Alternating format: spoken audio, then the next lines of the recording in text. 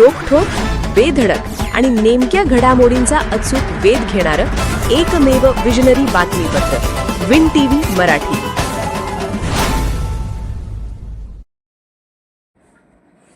Love जिहाद कायदा करावा, सक्तीचे धर्मांतरण थांबवावे, हिंदुत्ववादी संघटनांची मागणी.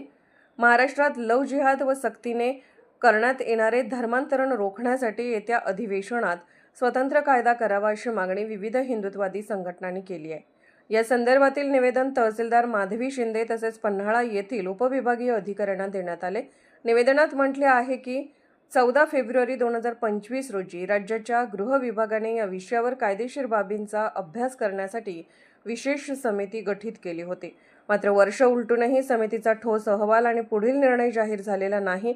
राज्यात फसवणूक, मानसिक दबाव व सक्तीने धर्मांतराच्या तक्रारी वाढत असल्याचा दावा संघटनांनी केला आहे. मार्च महिन्यातील अधिवेशनात समितीच्या शिफारशीनुसार कठोर कायदा करावा अशी मागणी करण्यात आली. यावेळी संध्या गवळी, नगरसेविका इंद्रायणी आडनाईक, नगरसेवक ॲडव्होकेट मिलिंद कुराडे यांसह विविध पदाधिकारी उपस्थित होते. विन टीव्ही मराठीसाठी पन्हाळा येथून दत्तात्रय बोबडे.